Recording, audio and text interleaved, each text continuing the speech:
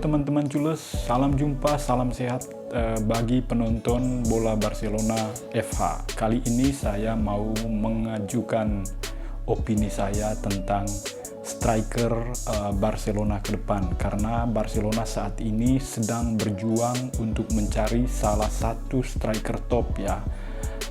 3 nama yang sudah disodorkan oleh manajemen, salah satunya adalah Erling Haaland, selalu disebut-sebut sudah setahun ini. Lalu Lewandowski 1 bulan terakhir sudah mulai kencang. Lalu Muhammad Salah memang sudah mulai redup karena Salah sudah mulai membaharui kontraknya di Liverpool. Nah, dari ketiga calon striker ini, yang paling mahal tentu adalah Erling Haaland. Sebagaimana yang disampaikan oleh pakar transfer Italia Fabrizio Romano, dia mengatakan bahwa Haaland memang belum mengambil keputusan. Katanya sampai akhir April baru Haaland membulatkan tekad, dan berdasarkan apa yang disampaikan oleh Romano, Haaland menginginkan bukan hanya uang ya, tetapi menginginkan sebuah proyek. Dan proyek ini yang ditawarkan oleh Barcelona ke agen Alan Minoriola. Namun kan meskipun penawarannya adalah penawaran proyek, Haaland tetap jatuhnya harganya sangat mahal. Kalau dilihat dari perhitungan di beberapa media di Spanyol ya, angkanya 300 juta euro, tentu itu sangat mahal. Sementara Barcelona sudah mengajukan 195 juta euro untuk gaji, lalu membayar klausal rilis 75 juta euro, lalu membayar agen super Minoriola dengan ayah Haaland, serta gaji Haaland itu totalnya 195 juta untuk kontrak berdurasi 5 tahun. Tetapi menurut saya itu sangat mahal ya, di tengah krisis finansial yang dihadapi oleh Barcelona saat ini. Pasti manajemen lebih paham bagaimana keuangan Barcelona, kemampuan Barcelona untuk membayar Haaland, dan bagaimana masa depan Haaland ini, keuntungan untuk Barcelona atau enggak. Tetapi kalau dilihat dari situasi klub saat ini, memang Barcelona sedang sulit.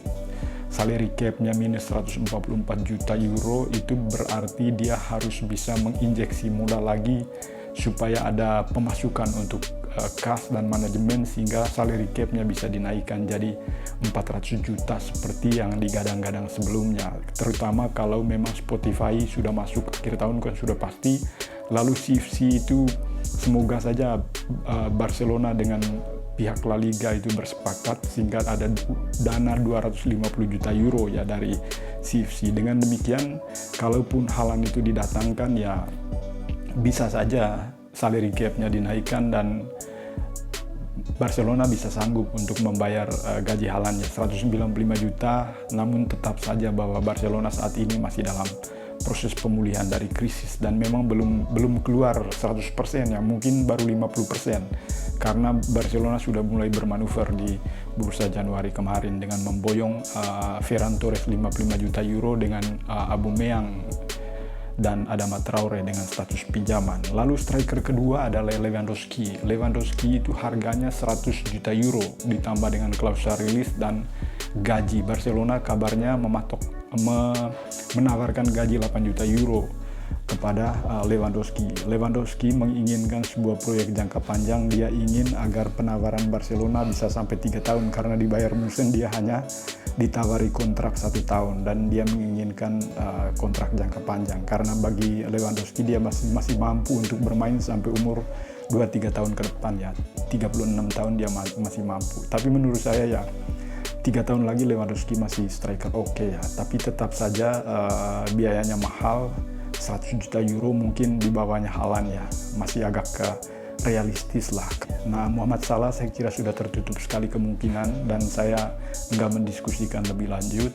Tetapi kalau saya memilih sih antara Haaland dengan Lewandowski, mungkin yang paling realistis Lewandowski untuk jangka pendek aja 3 tahun ya. Tetapi kalau proyek jangka panjang ya itu Haaland. Tetapi kan belum tentu juga karena keuangan Barcelona masih sangat sulit. Nah, saya sebenarnya melihat bahwa Lewandowski dengan Haaland ini punya kelebihan masing-masing ya. Lewandowski adalah striker maut dan memang sudah teruji ya. Dia striker yang sangat menakutkan tim-tim Eropa ya, apalagi kalau gelandangnya bagus, pasukan bola dari sayap bagus, itu pasti membuat Lewandowski semakin hidup seperti yang saat ini dia lakukan di Bayern Munchen. Sementara Haaland juga striker top, tetapi dia sering cedera juga dan dia belum terbukti bisa bermain di klub-klub besar ya, karena dia selama ini berada di Borussia Dortmund. Tapi menurut saya teman-teman, meskipun pengejaran striker ini terus dilakukan oleh Barcelona, menurut saya hal yang paling realistis untuk digarap dan sebagai investasi Barcelona ke depan itu adalah Ansu Fati. Ansu Fati itu adalah produk La Masia dan kita tahu Ansu Fati memang selama ini bermain di winger kiri. Selama di bawah asuhan Ronald Koeman, Ansu Fati sebenarnya menjadi proyek Koeman bersama dengan Lionel Messi dengan Anthony Griezmann. Hanya memang proyek ini, trio Messi, Griezmann dengan Ansu Fati ini gagal karena Ansu Fati sering di backup oleh cedera. Tetapi jika Ansu Fati pulih dari cedera, saya yakin sekali Ansu Fati adalah seorang pemain yang top. Bukan pemain bagus, tetapi dia adalah pemain top di Eropa lah. Dan saya kira posisi dia bukan hanya bermain di winger, dia bisa bermain sebagai striker ya, striker nomor 9. Karena Ansu Fati ini punya insting yang tinggi untuk mencetak gol. Kita tahu Ansu Fati sudah membuat pelatih Spanyol Luis Enrique terkesima dengan potensinya, karena begitu melawan Ukraina pada UEFA National League beberapa tahun lalu, Ansu Fati mencetak gol perdananya di timnas Spanyol ya. Dan menurut saya Enrique saat ini menantikan Ansu Fati untuk bisa masuk ke timnas, karena timnas itu hanya mengandalkan Alvaro Morata yang insting golnya tidak terlalu tinggi di depan gawang. Kalau mengharapkan Ansu Fati, Ansu Fati ini punya insting gol yang sangat tajam ya. Dan menurut saya ya, proyek realistis yang dilakukan Barcelona saat ini, kalau memang tidak memungkinkan untuk mendatangkan baik Lewandowski maupun si Erling Haaland, dan menurut saya nggak terpesona ya untuk bisa mendatangkan Erling Haaland, bukan karena ada kualitasnya, tetapi karena besaran uang yang dikeluarkan oleh Barcelona itu sangat besar untuk bisa memboyong seorang striker sekelas Erling Haaland, dan belum tentu juga bisa sukses jika bermain di Barcelona ya. Belum ada jaminan. Saya malah lebih memberi ruang kepada Lewandowski, tetapi Lewandowski untuk proyek jangka pendek, karena kita tahu Lewandowski sudah umurnya 34 tahun ya, 2-3 tahun lagi sudah nggak bisa bermain apa-apa lagi. Nah, yang kita harapkan adalah Barcelona memberi kepercayaan kepada Xavi untuk bisa menggarap potensi dari Ansu Fati ini sebagai striker. Memang kendala saat ini adalah Ansu Fati selalu di backup oleh cedera. 1-2 pertandingan bermain lalu cedera lagi, 2-3 pertandingan cedera lagi, dan itu yang dialami oleh Ansu Fati selama 3 tahun belakangan ini, selama dia merumput bersama dengan tim senior Barcelona, karena dia anak La Masia. Nah, klausal rilis dari Ansu Fati ini juga sangat besar ya, 1 miliar euro. Oleh karena itu menurut saya tidak ada salahnya kalau Barcelona mulai memanage dengan baik bagaimana menu latihan untuk Ansu Fati, bagaimana dokter-dokter bisa merawat Ansu Fati dengan baik. Saya kira pergantian dokter dengan tim teknis di bawah kepelatihan Xavi ini sangat menjamin para pemain untuk bisa fresh, bisa fit 100%, seperti yang dilakukan oleh para pemain pelatih teknis terhadap Ousmane Dembele ya, karena salah satu yang sering cedera juga kan Ousmane Dembele. Nah, kalau Ansu Fati ini bisa pulih, Ousmane Dembele bermain di kanan, lalu si Ferran Torres bermain di kiri, lalu Ansu Fati menjadi striker, nanti akan di-benchkan si Aubameyang.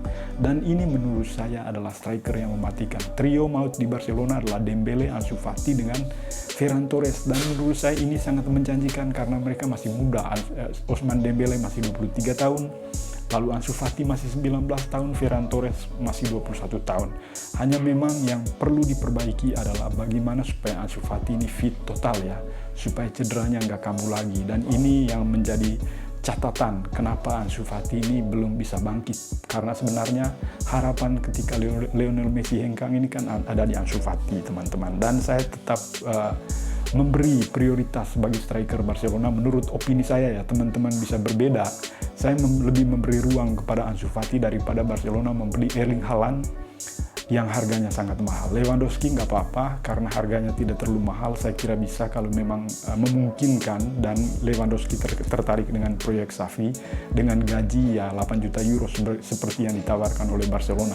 Tetapi proyek yang paling realistis adalah bagaimana manajemen, bagaimana klub bisa memulihkan Ansu Fati supaya fit dari cedera, supaya Barcelona itu memiliki striker yang menakutkan. Karena menurut saya kalau Ansu Fati ini fit, dia bukan hanya bisa bersaing di level kompetisi La Liga, dia menjadi striker yang mematikan seperti Erling Haaland juga, seperti Lewandowski, seperti Luis Suarez dan lain-lain. Karena setiap kali Ansu Fati ini bermain pasti selalu mencetak gol dan pasti selalu ada perubahan total di Barcelona. Jadi menurut saya jika Ansu Fati pulih dari cedera, sudah ada dua pemain pembeda ya di depan Barcelona.